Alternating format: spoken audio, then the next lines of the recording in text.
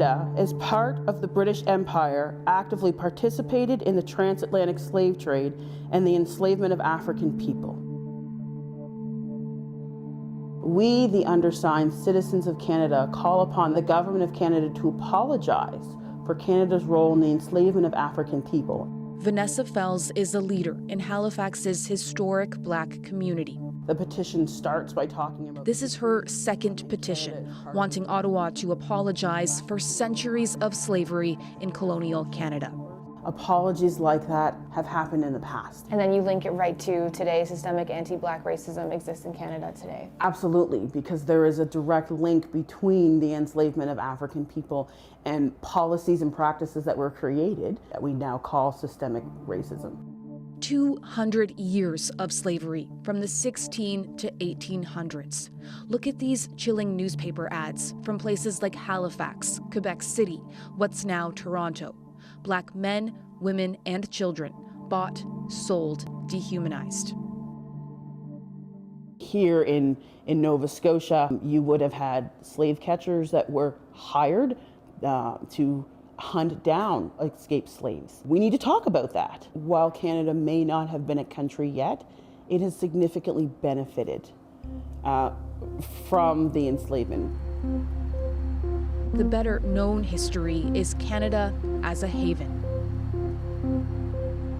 This is the Underground Railroad Monument in Windsor, and tens of thousands of people fleeing the American South did eventually arrive. But there's so much more to the story. Slavery was not abolished here and across the British Empire until 1834.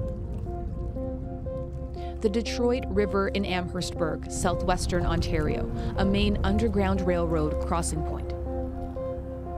This is the Amherstburg Freedom Museum. Elise Harding Davis, a renowned historian, is the former curator.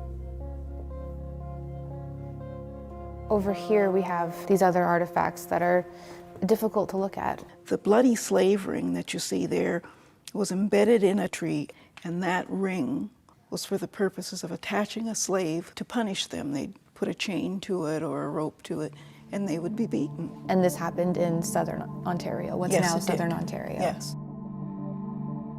Beside the ring, there's these shackles. They would be attached to probably a bigger person around their ankle or wrists, and these pincers were used to tighten the rings so that they couldn't be taken off very easily. So Elise, you have these petitions here. This is just your latest petition. Elise has a petition too. She's made getting an apology and highlighting the contributions of Black Canadians her life's work. There is no way on earth that I will give up on that apology.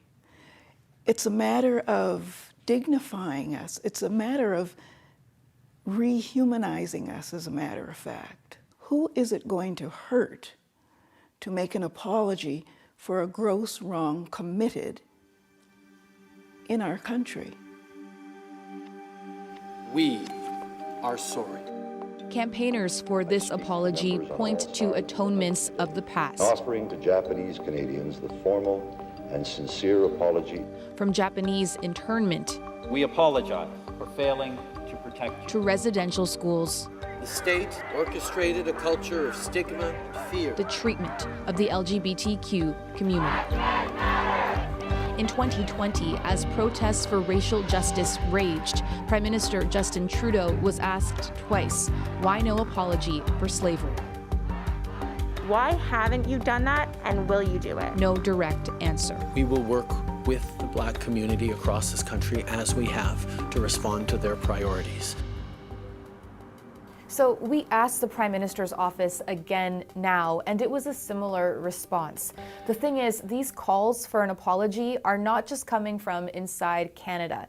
This is a report from 6 years ago from the United Nations Human Rights Council. Its researchers visited Canada, and their report directly links slavery to the current systemic racism Black Canadians face today, from healthcare outcomes, poverty, the criminal justice system, and at the very top of their list of recommendations is that the Government of Canada should issue an apology and consider reparations for African Canadians because of enslavement.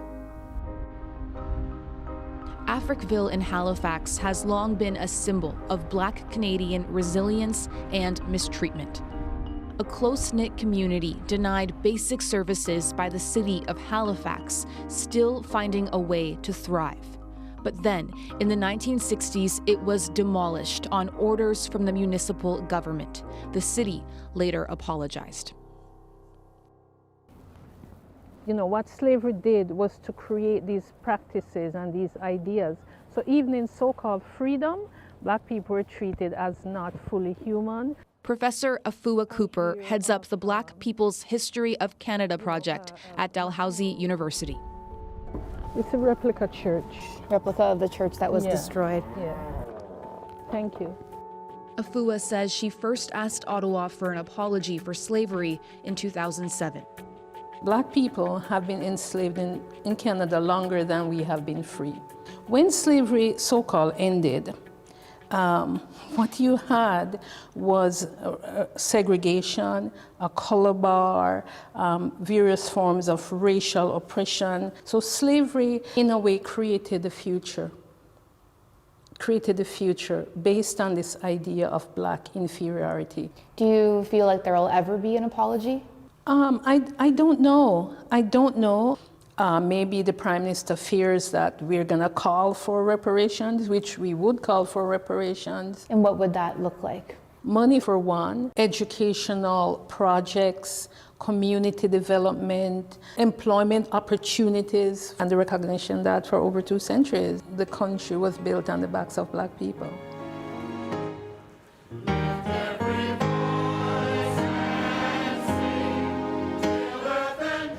A reckoning for the past, for a better future, is so important for so many. Just ask members of the celebrated Nova Scotia Mass Choir. It would hopefully put to rest, in some ways, the hurt and the pain that people still feel as a result of slavery. It's about time someone actually in Canada stood up and say, we apologize.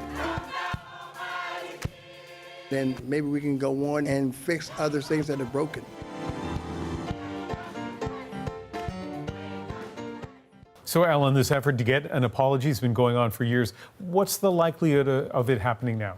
Well, Vanessa's petition that you saw at the beginning of the story has more than enough signatures to be presented in the House of Commons. But that very same thing happened last time around, too. And what she got back from the government then in 2021 was a long written statement recognizing slavery and the intergenerational trauma it's caused, but not offering any kind of apology or explaining why there hasn't been an apology. I asked Vanessa what she expects to happen now. She said, in her words, unfortunately the same thing, but she said part of this effort is raising awareness of this stain on Canadian history.